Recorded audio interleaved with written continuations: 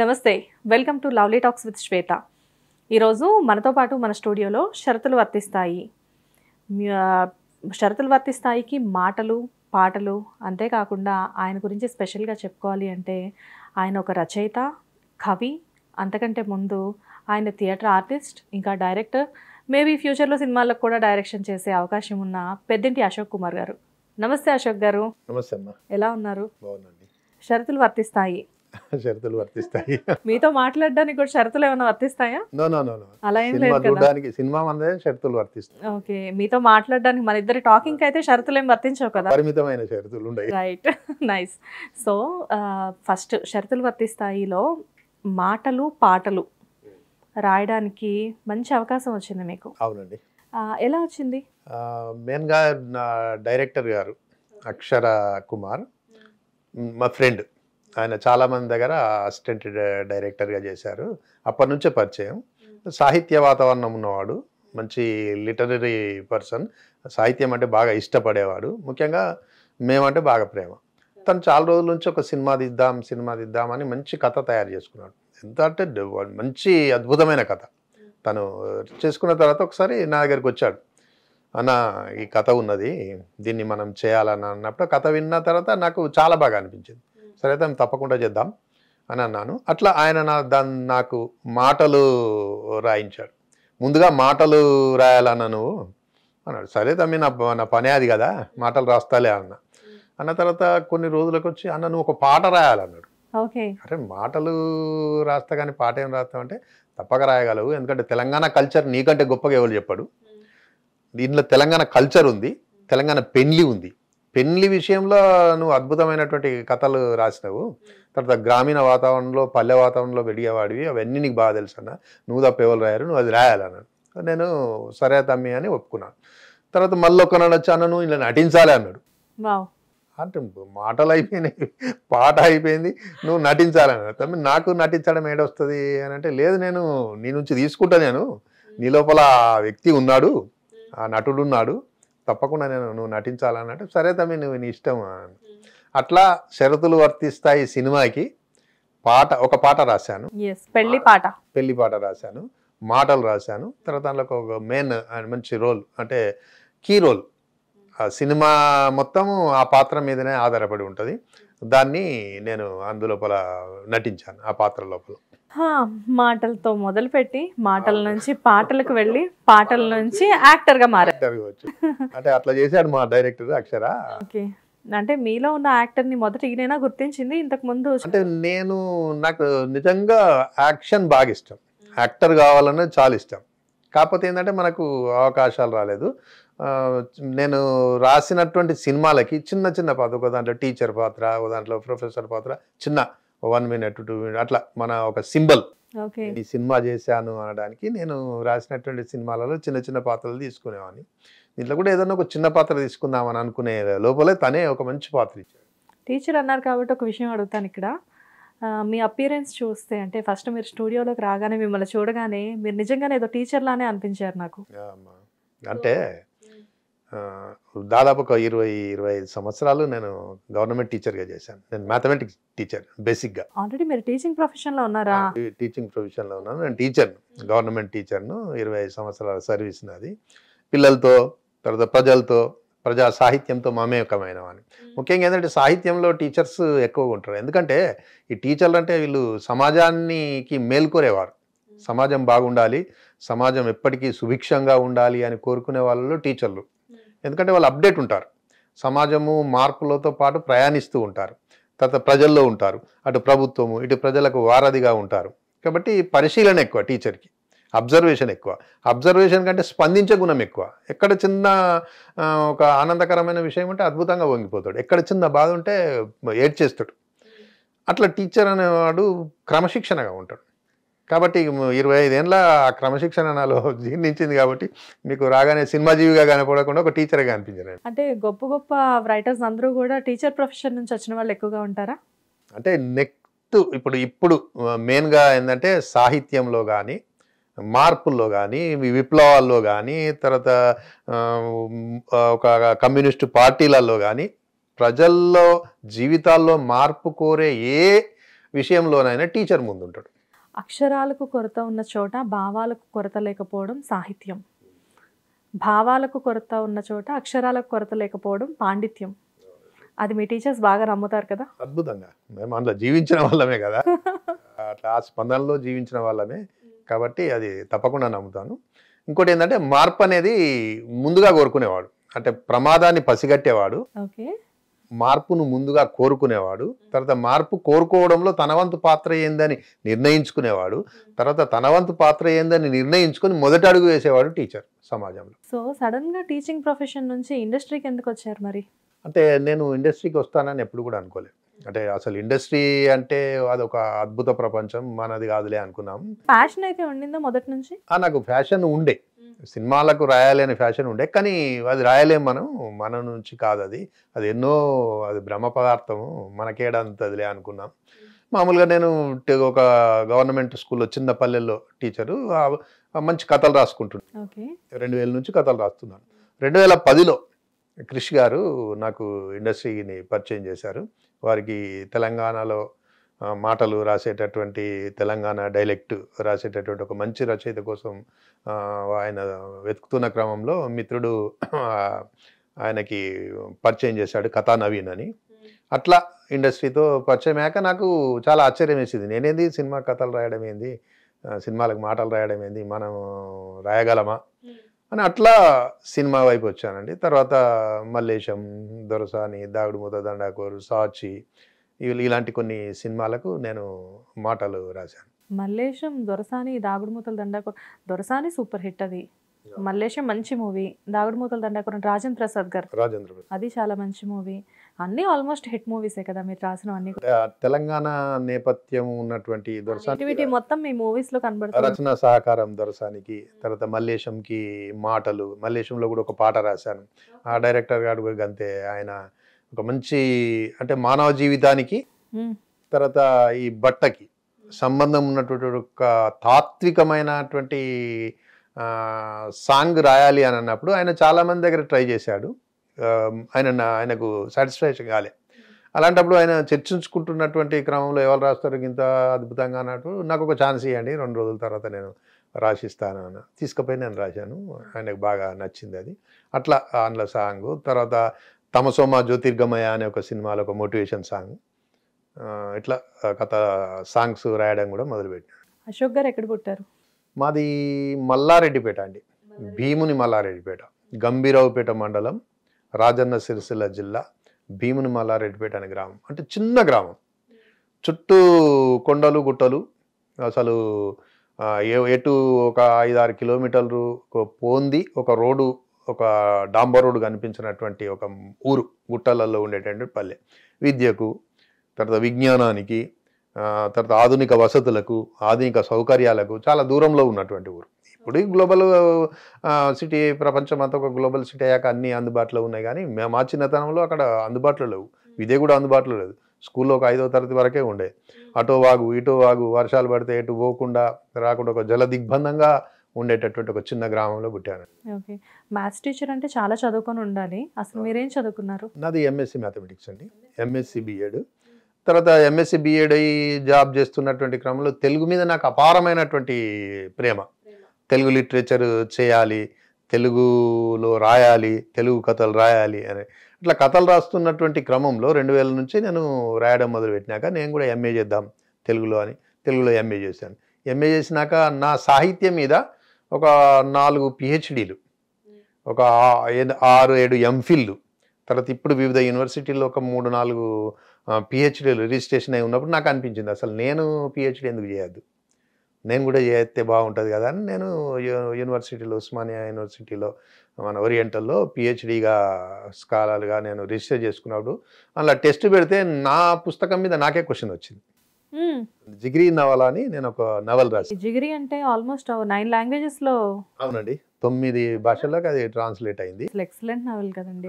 చాలా గొప్ప నవల. అంటే జిగిరి అంటే మనం మామూలుగా friendship, thick friendship. Jigiri is a beautiful love story, but not its men and women, its animal and man.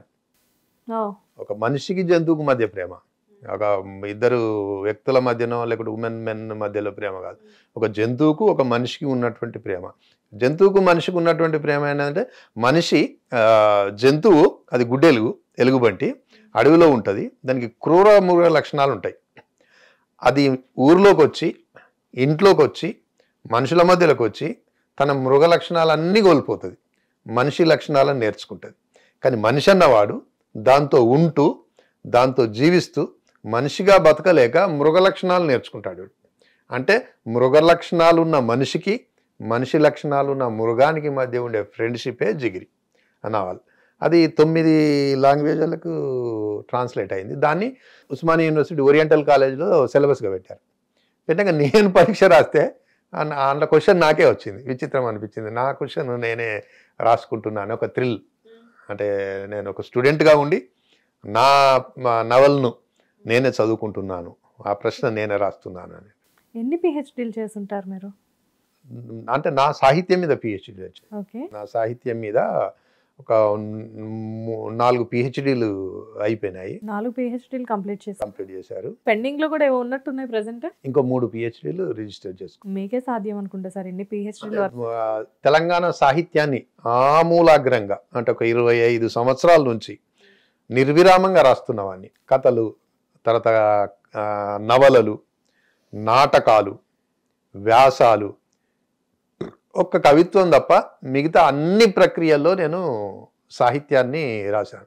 విచిత్రం ఏంటంటే అసలు కవిత్వం అంటేనే నాకు బాగా ఇష్టం, కానీ ఇంతవరకు కవిత్వం రాయలేదు. ఎందుకు కవిత్వం దగ్గరికి ఎందుకు?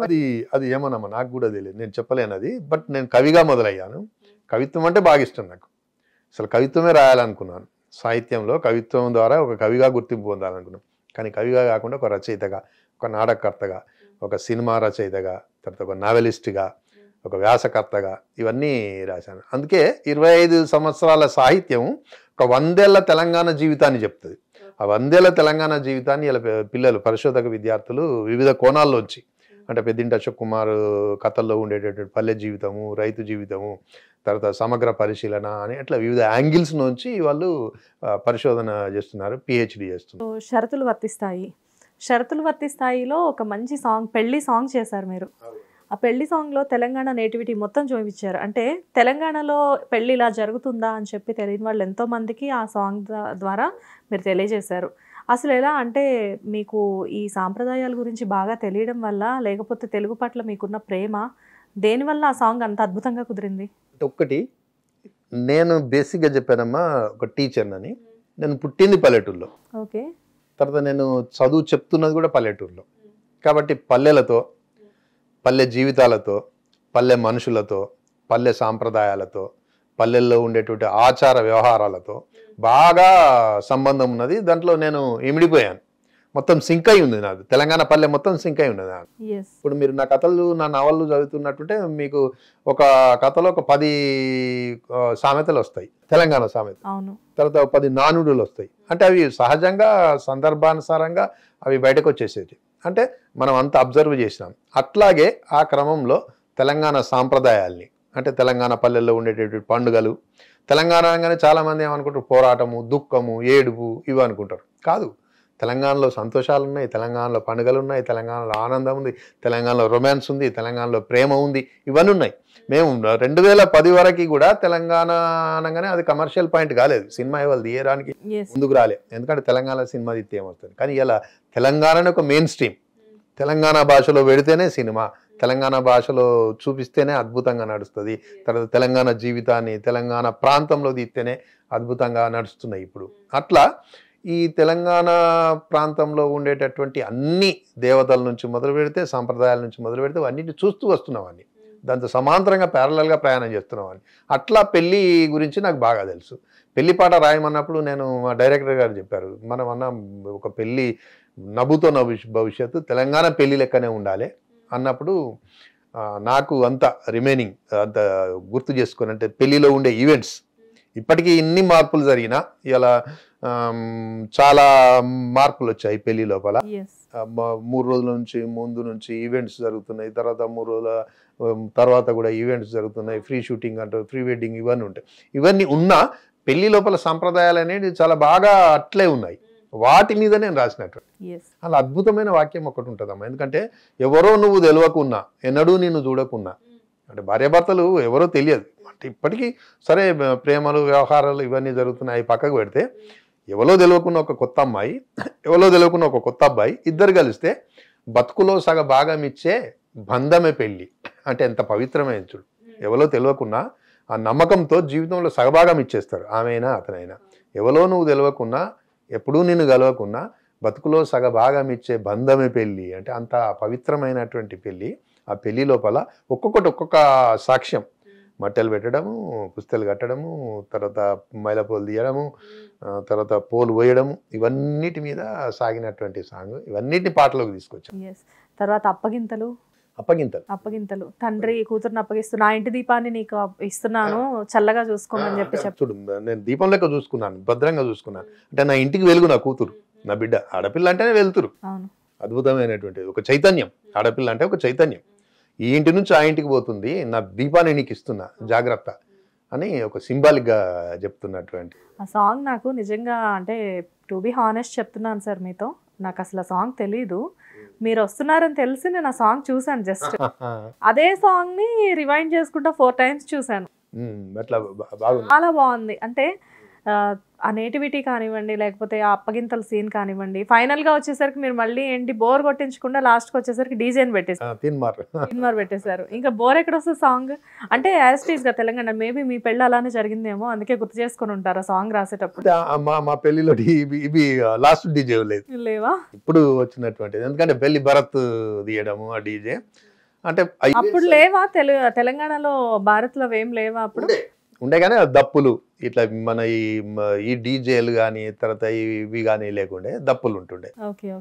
దప్పులతో చేసేద్దరు. కానీ నిజానికి ఇలాంటి సాంగ్స్ రాసేటప్పుడు మీకు అంటే ఆ సాంప్రదాయాలు అవి చూసేటప్పుడు అప్పుడు మీరు రిమైండ్ చేసుకుంటాము. రచయిత అనేవాడు కూడా అప్డేట్ అవుతాడు. అప్పుడు ఎట్లుండే ఇప్పుడు ఎట్లుండే, అప్పుడే ఆగిపోడు. రచయిత ఎప్పుడైతే తను ఆగిపోతాడో రచనలు ఆగిపోతాయి. రచయిత కొనసాగుతున్నాడు అంటే సమాజంతో పాటు కొనసాగుతున్నాడు అంటే అప్పటి సాంప్రదాయాలు తర్వాత ఇప్పుడు కూడా ఎట్లా జరుగుతున్నాయి పెళ్ళిళ్ళు, ఈ కాలం లోపల ఎలా మార్పు వచ్చింది అనేది వాటిని కూడా అందులో తీసుకొని చెప్పడం జరిగింది. మీరు యాజ్ ఏ టీచర్గా చూసుకుంటే సబ్జెక్ట్ పరంగా మాత్రమే అప్డేట్ అవ్వాలి. అవునండి. బయట విషయాల గురించి టీచర్స్కి పెద్దగా సంబంధం ఉండదు, ఎందుకంటే వాళ్ళు ఎంతసేపటికి వాళ్ళ బుక్స్ వాళ్ళ ప్రపంచం వేరు. కానీ మీరు టీచర్ మాత్రమే కాకుండా రచయిత కూడా అవడం వలన ఈ అప్డేషన్స్ అన్ని కూడా. అవునండి, అవును. టీచర్ అంటే సబ్జెక్ట్ అప్డేట్ అవుతుంది. ఓకే.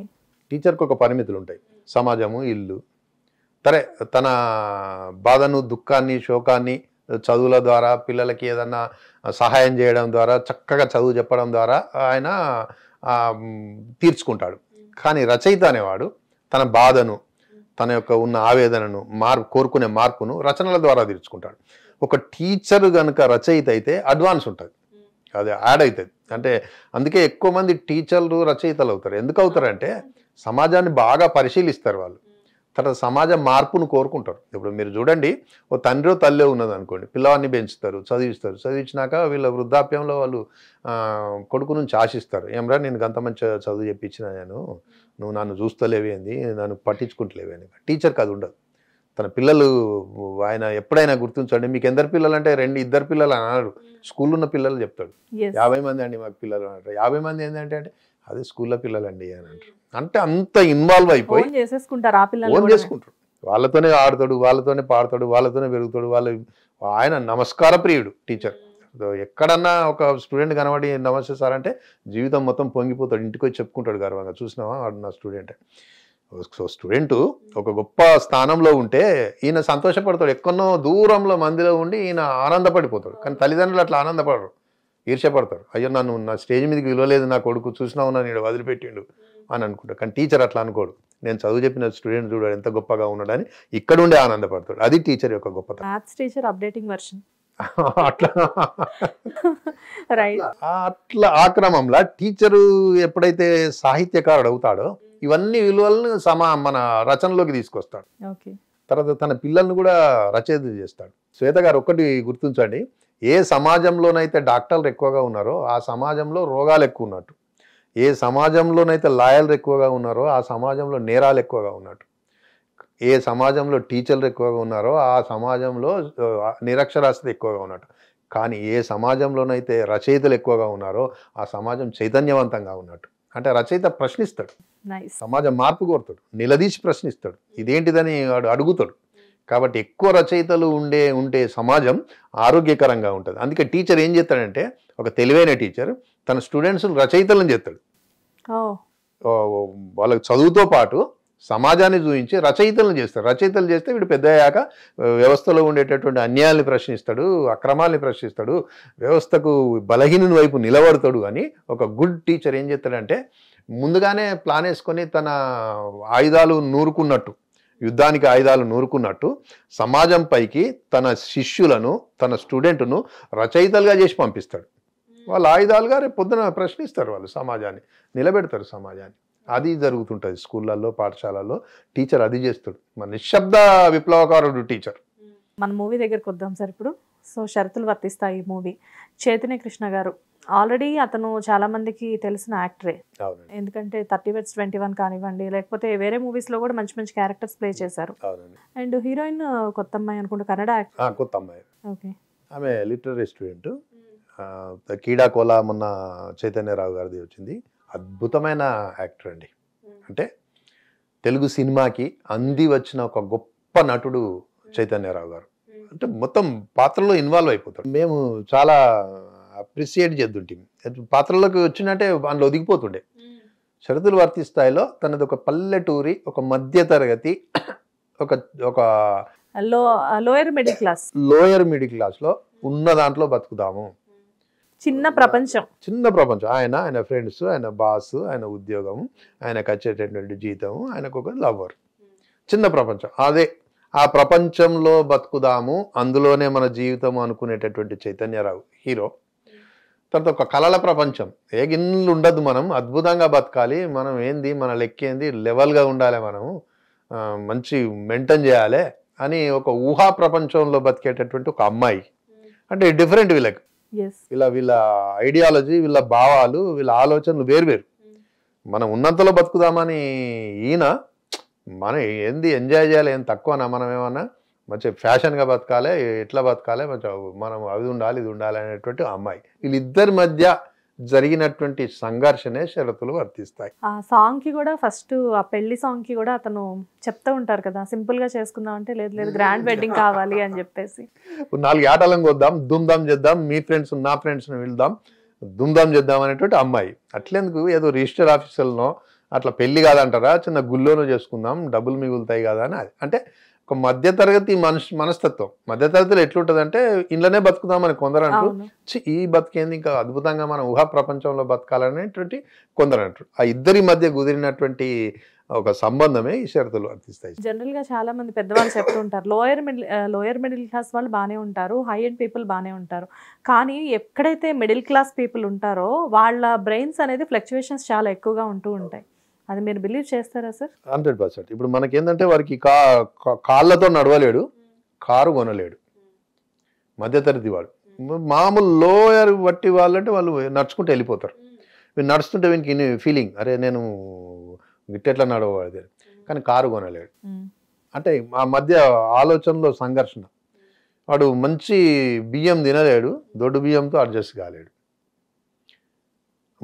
ఒక ఫంక్షన్కి పోతే గొప్పగా మంచి బట్టలతోని, నగలతోని ఉండలేడు, ఏమి లేకుండా జీర్ణించుకోలేడు. అంటే రెండింటి మధ్య ఏమవుతుందంటే ఎప్పటికీ నిర్విరామంగా స్ట్రగుల్ అవుతుంటాడు. అది మధ్యతరగతి జీవితం. ఆ మధ్యతరగతి జీవితంలో బాగా ఒదిగిపోయారు ఇద్దరు వాళ్ళు. కరీంనగర్ జిల్లాలో ఒక చిన్న ఊరు అని చెప్పేసి చెప్తారు కదా, సో నిజంగానే మూవీ అక్కడే జరిగిందా సార్? కరీంనగర్లో ఒక చిన్న పక్కకు ఉండేటటువంటి కాలనీలో జరిగింది. కథ కూడా అక్కడే, తర్వాత కల్చర్ కూడా అక్కడే. కరీంనగర్ కంప్లీట్గా, కరీంనగర్ అంటే ఒక తెలంగాణ సినిమా. తెలంగాణ సినిమా అయినా అన్ని ప్రాంతాలకి, అన్ని ప్రపంచంలో, ఇప్పుడు ఆకలి అనేది ఎక్కడైనా ఒకటే, ఆర్భాటము అనేది ఎక్కడైనా, రూపాలు వేరైనా కానీ దాని సారమంతా ఒకటే ఉంటుంది. అట్లాగే మధ్యతరగతి జీవులు ఈడైనా ఒకటే, ఆంధ్రలో ఒకటే, పంజాబ్లో అయినా కూడా, దేశమంతా ఒకటే, ప్రపంచమంతా ఒకటే ఉంటారు. వాళ్ళ ఆలోచనలు ఒకే రకంగా ఉంటాయి. అలాంటి మధ్యతరగతి జీవితాల నుంచి వచ్చినటువంటి ఒక మంచి సినిమా. అంటే వాళ్ళ ఆశలు, వాళ్ళ ఊహలు, వాళ్ళ ఆశయాలు ఎట్లా ఉంటాయి అంటే మనం చూసుకుంటాం. సినిమా థియేటర్లకు పోయినాక ప్రతి ఒక్కరు ఐడెంటిఫై అవుతారు. ఓకే. వాళ్ళని చూసుకుంటారు, అరే మేము కూడా గిట్లే కదా, మేము కూడా ఇలాగే చేసినాం కదా, ఇలాగే ప్రవర్తించినాం కదా, మాది మా కథనే. అంటే చూసిన ప్రతి ఒక్కరి కథ ఇది. అయితే మీరు రాయడం కూడా ప్రతి మనిషి కూడా ఆ క్యారెక్టర్స్ కి కనెక్ట్ అయ్యేలా రాశారు. సోల్గా ఒక జీవితం, ఒక middle class, lower middle class తీసుకున్నప్పుడు ఆ ఫార్మెట్లో, ఆ సర్కిల్లో ఉండే ప్రతి ఒక్కరూ దానికి కనెక్ట్ అవుతుంటారు. అంటే మేబీ మీరు కూడా మిడిల్ క్లాస్ నుంచి రావడం మిడిల్ క్లాస్ మీకు ఆ కనెక్షన్ అనేది బాగా కుదిరిందేమో. కుదురుతుంది. ప్లస్ ఇంకోటి ఏంటంటే అబ్జర్వేషన్. రచయిత అనేవాడు పరకాయ ప్రవేశం చేస్తాడు. ఇవాళ నేను అప్పర్ మిడిల్ క్లాస్లో రాయమన్నప్పుడు అట్లా రాస్తా, హై క్లాస్ రాయమన్నప్పుడు అట్లా రాస్తా, లోయర్ క్లాస్ రాయమన్నట్టు ఇట్లా. అంటే ఈ పరకాయ ప్రవేశం చేస్తుంటాడు రచయిత. కాకపోతే ఏంటంటే అడిషనల్గా మనం మిడిల్ క్లాస్ నుంచి వచ్చాం కాబట్టి ఇంకా దానికి ఐడెంటిటీ ఎక్కువగా ఉంటుంది. అలా రాశారు కదా మల్లేశం, మీరే కదా రాసింది. వండర్ఫుల్ మూవీ అది. మల్లేశం మాటలు, అందులో పాట రాసినటువంటిది. Yes yes. అండ్ హీరో పేరేమో చిరంజీవి, చిరంజీవి, హీరోయిన్ పేరేమో విజయశాంతి. ఏంటి సార్ ఈ కాంబినేషన్? ఒక మంచి, అంటే ఒక రొమాంటిక్ జంట అన్నప్పుడు మనకు వీళ్ళే గుర్తొస్తారు. మన చిరంజీవి గారు ఒక ఎంత లెజెండ్. ఆయనను పక్కకు పెట్టి సినిమా, తెలుగు సినిమాని చెప్పలేం. విజయశాంతి గారు కూడా ఒక లెజెండ్. అంటే మేము ఉద్దేశపూర్వకంగా పెట్టకపోయినా అట్లా కుదిరింది. కావాలని పెట్టిన టైటిల్స్ కాదా అవి? కావాలని పెట్టిన టైటిల్ కాదు, బట్ అట్లా కుదిరింది అది. ఇప్పుడు ఈ కాలంలో హీరోయిన్స్ కి ఎవరు పెడుతున్నారు విజయశాంతి అనే పేరు? అంటే విజయ, అమ్మాయి పేరు విజయ, తర్వాత విజయశాంతి అని మామూలుగా మంచి పాపులర్ నేమ్, తెలంగాణలో ఉండేటటువంటి పాపులర్ నేమ్. అది మధ్యతరగతి జీవితాల్లో ఇంకా బాగా సినిమా ఫాలోయింగ్ బాగుంటుంది కదండి. ఆ సినిమా ఫాలోయింగ్లో అట్లా పేరు పెట్టుకుంటారు, కానీ ఉద్దేశంగా పెట్టినది కాదు. అంటే నేనేమనుకున్నా అంటే టీజర్ చూడగానే మీరేమైనా కావాలని చెప్పేసి కాంబినేషన్ సూపర్ వర్కౌట్ అవ్వాలని చెప్పి చిరంజీవి విజయశాంతి అని పెట్టారేమో అనుకున్నా. అట్లేం లేదు, కానీ మిడిల్ క్లాస్ ఫ్యామిలీస్లో ఉండేటటువంటి జనరల్గా ఉండేటటువంటి పేర్లు. అంటే ఇప్పుడు 25 years అంటే 25 years కింద వాళ్ళు పుట్టారు, అప్పుడు ఈ కాంబినేషన్కే బాగుండే కదండి. ఇప్పుడు జయసుధా, జయప్రద అట్లా పేర్లు సినిమా యాక్టర్ల పేరు బాగా పెట్టుకుందరు మిడిల్ క్లాస్. అంటే వాళ్ళని చూసి వాళ్ళలాగా పిల్లలను ఐడెంటిఫై అట్లా పెట్టుకుందరు కదా. అట్లా పెట్టుకున్నటువంటి పేర్లు ఇవి వాళ్ళకి. కానీ ఈ మన సినిమాటిక్గా ఇట్లా కావాలని పెట్టింది కాదు, బట్ అట్లా కుదిరింది అది. కానీ మీరు ఎలా పెట్టినా కానీ వన్స్ టీజర్ చూసిన తర్వాత కింద కామెంట్స్ చూసే అలవాటు ఉందా మీకు? చూసాను. చూసారా? రైటర్ ఎవరో తెలియదు కానీ కాంబినేషన్ పక్కా హిట్ అవ్వాలని పెట్టారు అని చెప్పి పెట్టారు కామెంట్స్లో. అంటే ఒకటండి, మంచి కాంబినేషన్స్, వాళ్ళ కాంబినేషన్లో చాలా సినిమాలు వచ్చాయి, చాలా హిట్ మూవీస్ వచ్చాయి. తర్వాత వాళ్ళ అన్నౌన్, వాళ్ళ పేర్లు తెలియని వాళ్ళు ఉండరు, కాబట్టి అది కూడా మాకు వర్కౌట్ అవుతుంది. ఇప్పుడు జనరేషన్ కూడా, ఈవెన్ ఇప్పుడు 90s కిడ్స్ కాకుండా ఇప్పుడు కిడ్స్ కూడా మంచి విజయశాంతి గారంటే తెలియని వాళ్ళు లేరు, చిరంజీవి గారంటే అసలు తెలియని వాళ్ళు ఎవరున్నారు. సో ఇదే కాంబినేషన్ లో మీరు పెట్టేసరికి పిల్లలతో సహా చాలా మంది కూడా కామెంట్స్ పెట్టారనమాట.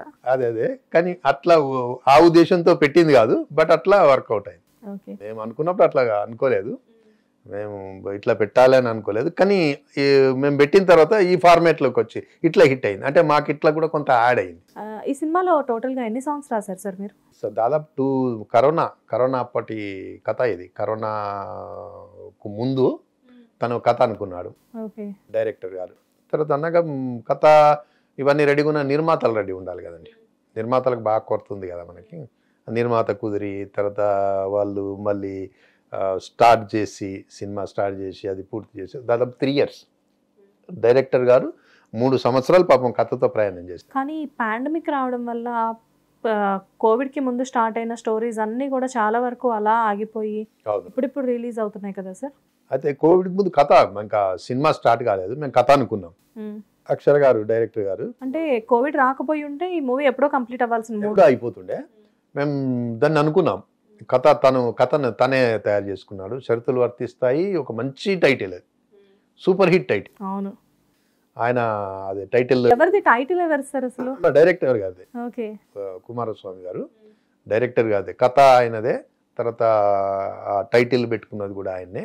ఆ కథతో చాలా వర్క్ చేశాడు ఆయన. వర్క్ చేసి దాన్ని నా దగ్గర తీసుకొచ్చినప్పుడు దాన్ని మాటలు, తర్వాత దానికి కొంత సినిమాటిక్గా అవి టీం వర్క్ చేసుకున్నాం మేము. కానీ చాలా కష్టపడ్డాడండి, ఒక యజ్ఞంలాగా.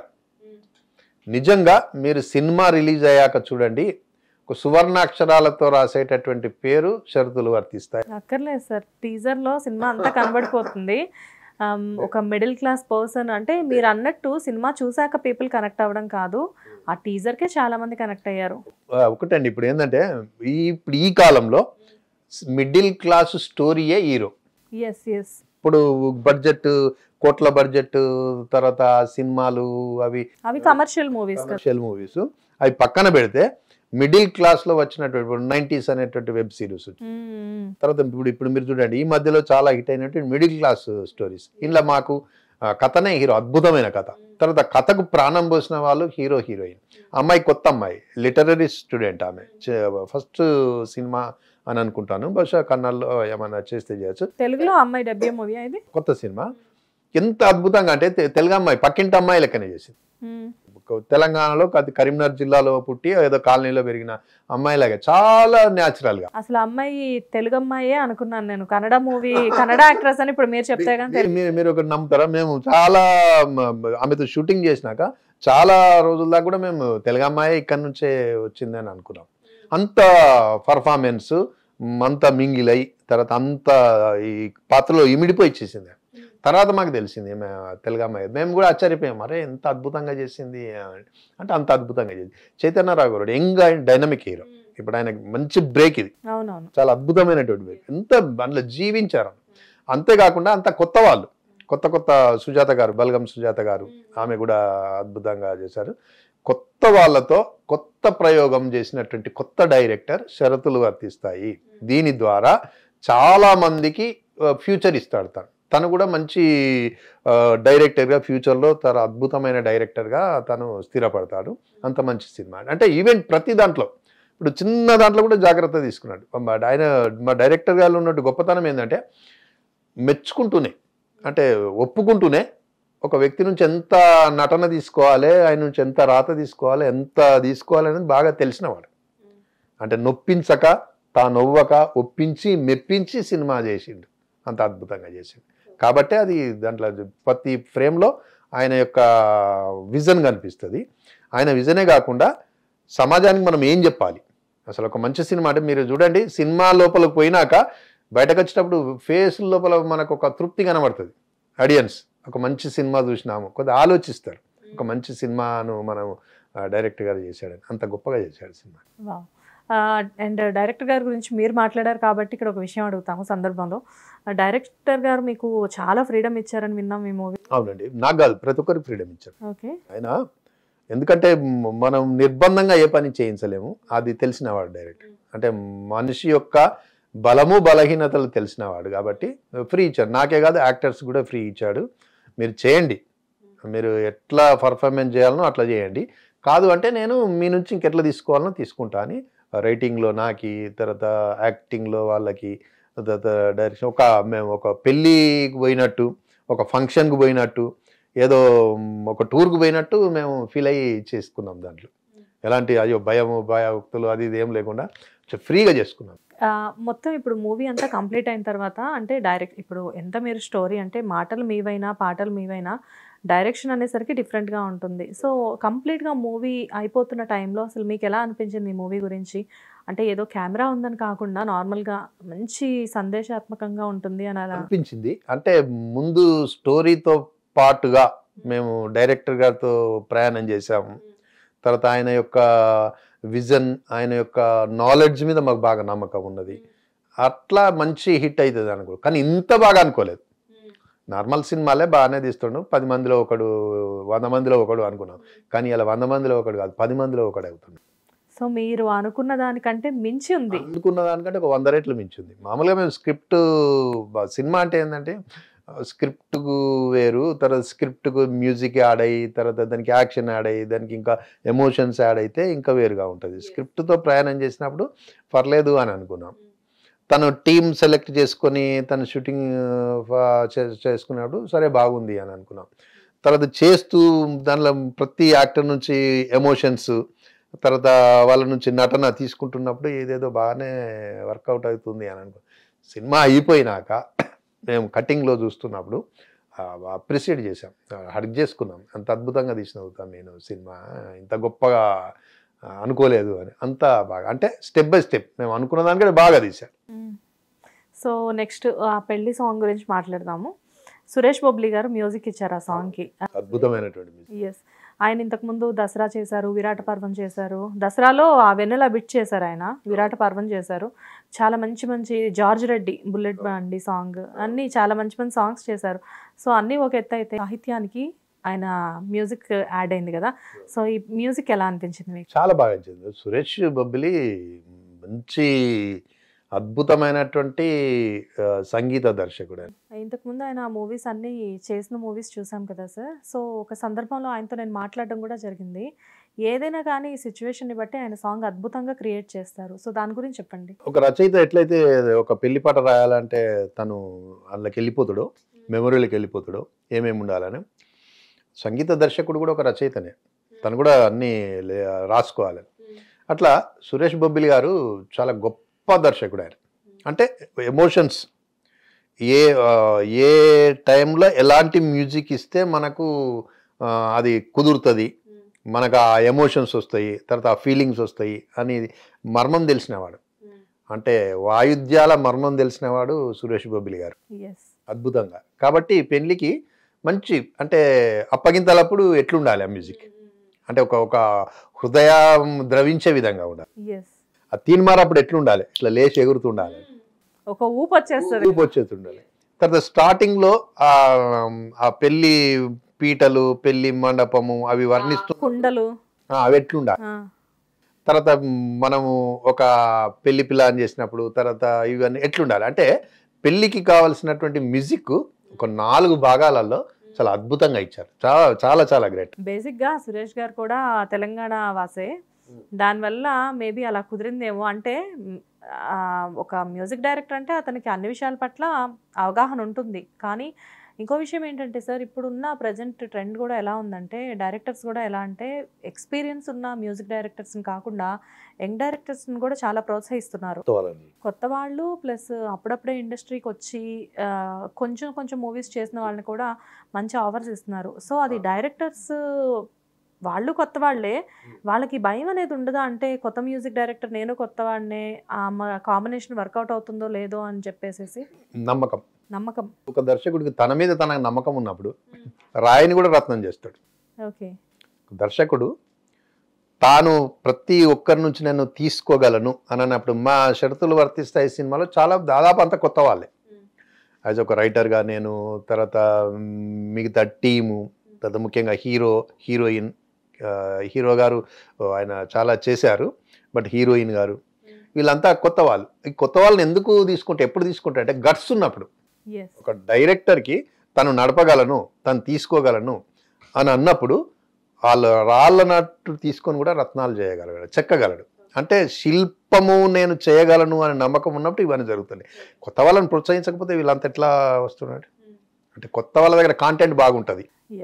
తర్వాత కొత్త వాళ్ళు ఒక ఎట్లా అంటే ఒక మంచి ఒక పట్టుదలతో వస్తారు, ఒక డూ ఆర్ డై ఖచ్చితంగా మేము చేయాలి అనేటువంటి ఒక పట్టుదలతో వస్తారు అని కొత్త వాళ్ళను తీసుకుంటారు. అట్లాగా సురేష్ బొబ్బిలి గారు కొత్తవారేం కాదు. సురేష్ బొబ్బిలి గారు చాలా అద్భుతమైనటువంటి, కానీ ఇండస్ట్రీకి కొత్తగా వచ్చినప్పుడు ఆయన కూడా కొత్తగానే బాగా కాంటెంట్తో వచ్చిన వాళ్ళు.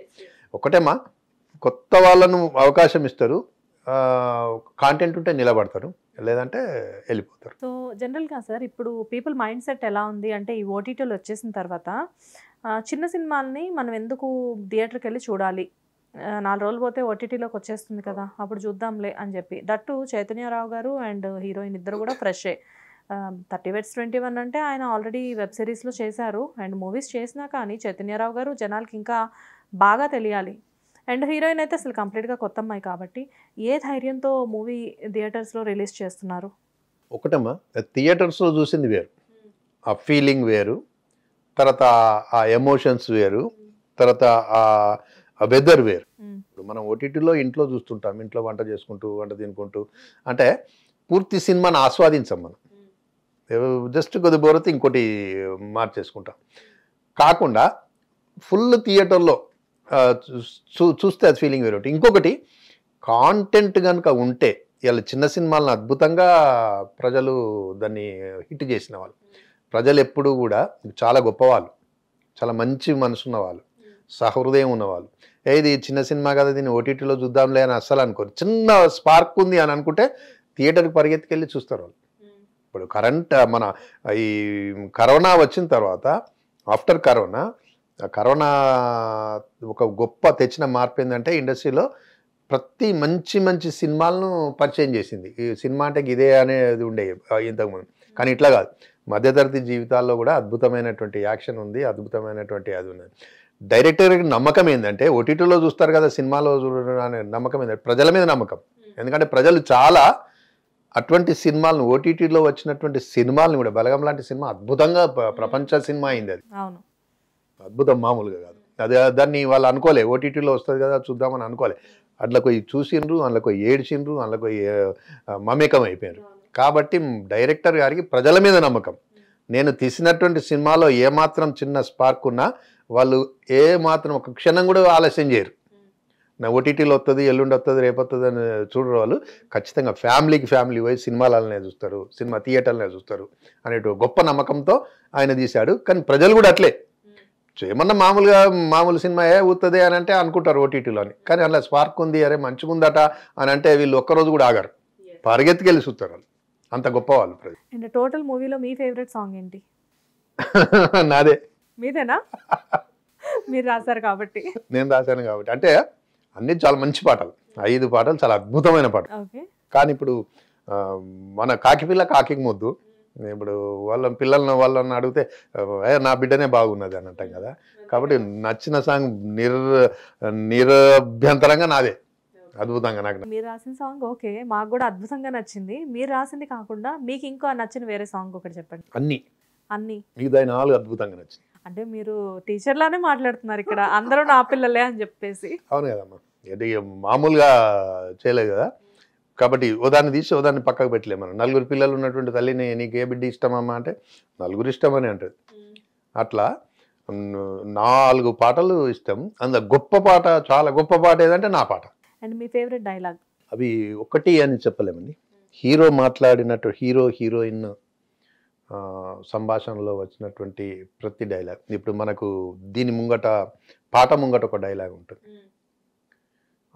నువ్వు ప్రీ వెడ్డింగ్ షూట్కు తీసుకొస్తావు అని అనుకున్నా గీదా నువ్వు అని అంటే, ఎవడే మనకు మన కాలనీలో ఎవడే వాడు చేసుకున్నాడు ఒకసారి చెప్పు. పెళ్లి కాదంటారా? మనం గుళ్ళో చేసుకుంటానో లేక రిజిస్టర్ ఆఫీసులో పెళ్లి కాదంటారా అని చాలా బాగా న్యాచురల్గా ఇంట్లో నిజంగానే అలానే మాట్లాడుకుంటాం కదా, అలా మాట్లాడుతుంటారు కదా. అంటే ముఖ్యంగా ఏంటంటే ఆ డైలాగుకు ఎక్కడ వర్త్ వస్తుంది, ఎక్కడ స్ట్రెంగ్త్ వస్తుంది అంటే యాక్టర్స్ దాంతో ఎమోషన్ యాడ్ చేసి వాళ్ళ టోన్ ఫ్రీక్వెన్సీతో చెప్పినప్పుడు అట్లా చాలా డైలాగ్స్ ఉన్నాయి నాకు బాగా నచ్చినటువంటి. ఆమె భూమి గారు అద్భుతంగా చెప్పారు. ఇక చైతన్యరావు గారు అంటే ఆయన అందులోనే పుట్టి పెరిగిన వాడు కాబట్టి, కానీ భూమి గారిది గొప్ప. ఎందుకంటే వేరే భాషల్లో ఉండి తర్వాత వేరే దాంట్లో ఉండి ఇక్కడికి వచ్చారు కాబట్టి ఆమె కొట్ట ఆమె న్యాచురల్గా చెప్పింది. మాడ్యులేషన్, ఆ ఫ్రీక్వెన్సీ, తర్వాత ఆ గులగడం చిన్నవే పోతుంది ఇట్లా అవి ఆ చిన్నవి బాగా క్యాచ్ చేసింది అమ్మాయి. అట్లా అన్ని డైలాగులు చెప్పచ్చు మనం. నాకు బాగా ఇష్టమైనవి. బుక్ ఫెస్టివల్ జరుగుతుంది కదా హైదరాబాద్లో, సో బుక్ ఫెస్టివల్ గురించి మాట్లాడదాం సార్. ఓకే, తప్పకుండా చెప్పండి. బుక్ ఫెస్టివల్ అంటే పండగ, మాలాంటి వాళ్ళకి, సాహిత్య ప్రియులకి, చదివే వాళ్ళకి, రాసే వాళ్ళకి. మీకు ఒక విషయం చెప్తాను. తెలుగు లోపల సాహిత్య వాతావరణం చాలా తక్కువ ఉంది, మిగతా భాషల్లో చాలా ఎక్కువ ఉంది. మిగతా భాషల్లో రచయితలు పుస్తకం వేస్తే దాదాపు ఒక 3000-5000 పుస్తకాలు అమ్ముడుపోతాయి. కానీ తెలుగులో ఆ వాతావరణం లేదు. ఎందుకు సార్? కథా కవిత్వము అంటే చదివే వాళ్ళు చాలా తక్కువయ్యారు. లిటరేచర్ చదివే వాళ్ళు చాలా తక్కువగా ఉన్నారు. చదివే వాళ్ళ కూడా మామూలుగా వాళ్ళకు ఉండేటటువంటి పరిమితులు, తర్వాత బుక్ అందుబాటులో లేకపోవడం, ఇట్లా చేయడం వలన చాలా ఒక పుస్తకం 1000 కాపీలు అమ్ముడు పోయిందంటే చాలా ఎక్కువ. ఇక్కడ ఏమవుతుందమ్మా అంటే ఈ బుక్ ఫేర్ వచ్చిందంటే రచయితలకు పులకించిపోతారు.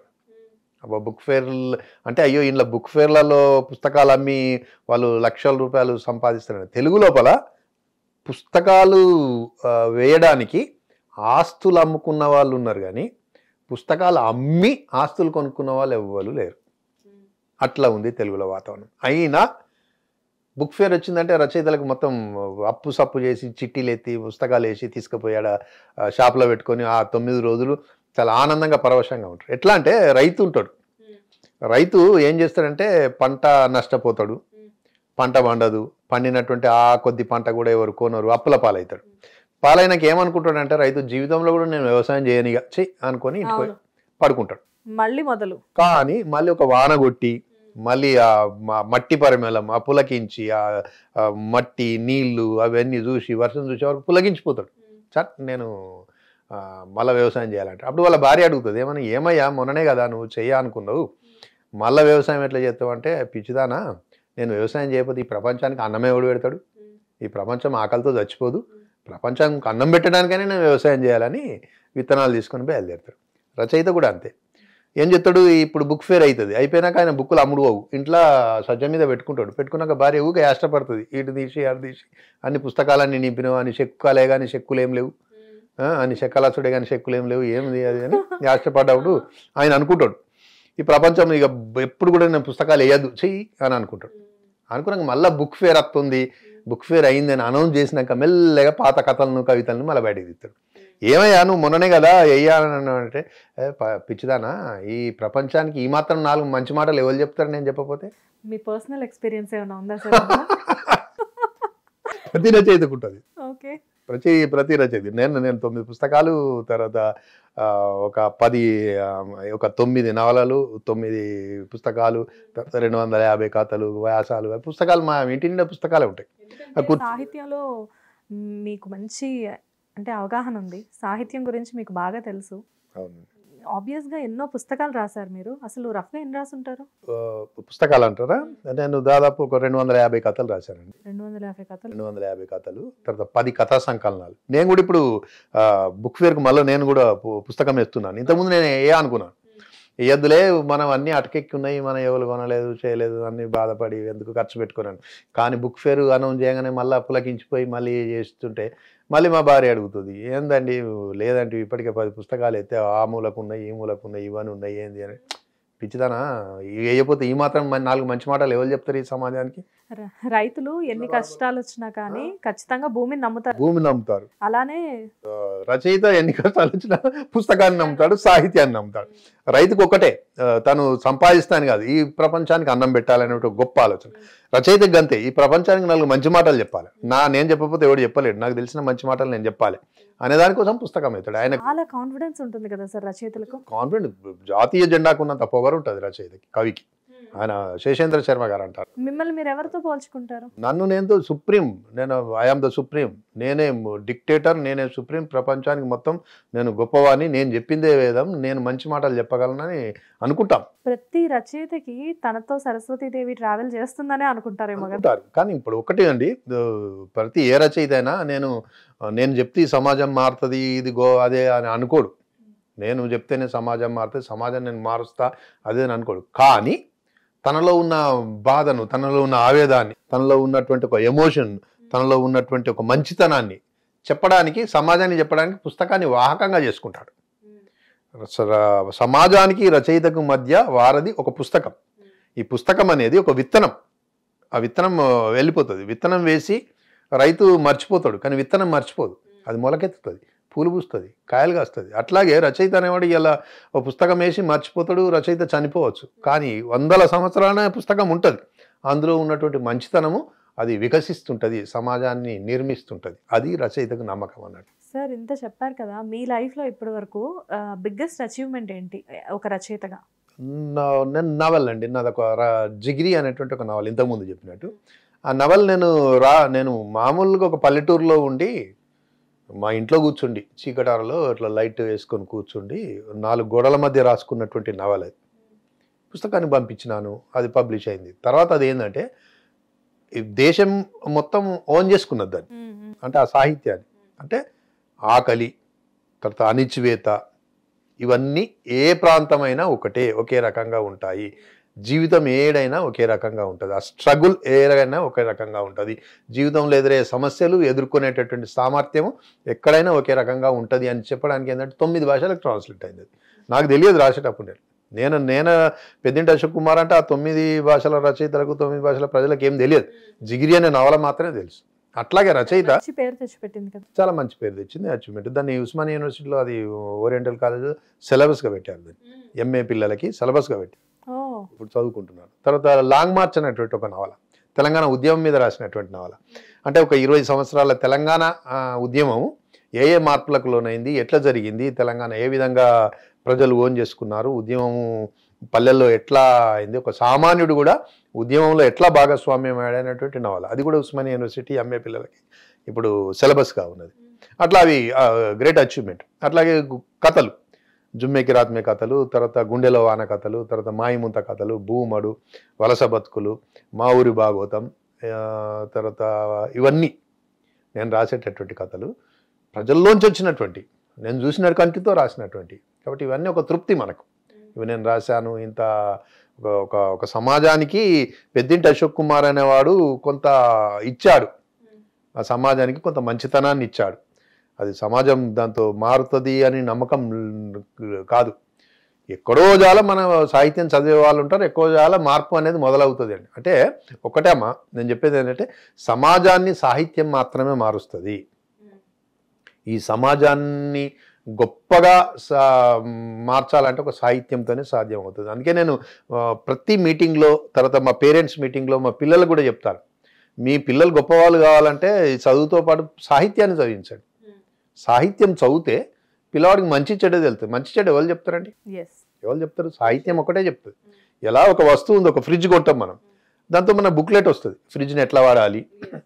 తర్వాత ఒక రేడియో కొంటాం, దాంతో ఒక బుక్లెట్. సెల్ ఫోన్ కొంటే దాంతో మొత్తం ఒక సాహిత్యం వస్తుంది మనతో, దీన్ని ఎట్లా వాడాలి, ఎట్లా యూజ్ చేయాలి. కానీ మనిషి పుట్టిండు కదా, మనిషితో పాటు మరి మనిషి ఎట్లా ఉండాలి, ఎట్లా బతకాలి అనేటువంటి పుస్తకం రాలే. పుట్టగానే మనతో పుస్తకం పుట్టలే, ఆ పుస్తకాన్ని రచయిత రాస్తాడు, మనిషి నువ్వు ఇట్లుండాలి రా అని. కాబట్టి అది సాహిత్యం. అందుకే సాహిత్యాన్ని చదవాలి అని ప్రతి ఒక్కరికి చెప్తుంటాం. మీరు చూడండి, లిటరీ స్టూడెంట్స్ వేరే ఉంటారు, సాహిత్యం చదివిన వాళ్ళు వేరే ఉంటారు. ఒక అధికారి, ఒక కలెక్టర్ ఉన్నాడు అనుకో, ఆయన సాహిత్యాన్ని చదివింది అనుకో, ఆయన చూసే చూపు వేరే ఉంటుంది, సమాజాన్ని ఒక విజన్లో చూస్తాడు. అరే తప్పు జరిగితే వెంటనే ఆయన రియాక్ట్ అయ్యి కాడు. ఒక సిఐఓ ఎస్ఐఓ ఉన్నాడు అనుకోండి, తప్పు జరిగితే వెంటనే, సాహిత్యం చదివిన ఎస్ఐ అయితే తప్పు జరిగితే మూలాలను వెతుకుతాడు, ఎందుకు జరిగింది అని, దీని కారణం ఏంది అని, అక్కడ చికిత్స మొదలు పెడతాడు. అది సాహిత్యానికి ఉండేటటువంటి గొప్పతనం. అట్లా సాహిత్యాన్ని చదివితే సమాజం నిర్మించబడుతుంది. గొప్ప సాహిత్యం గొప్ప సమాజాన్ని నిర్మిస్తుంది, గొప్ప సమాజం గొప్ప సాహిత్యాన్ని సృష్టిస్తుంది. అద్భుతంగా చెప్పారు సార్.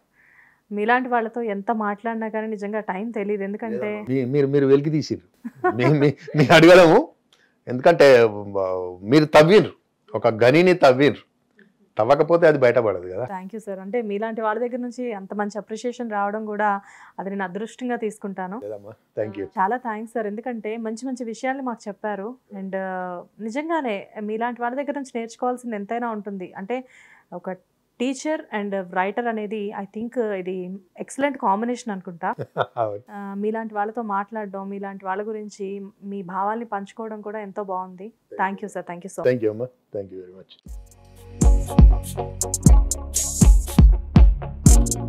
Thank you.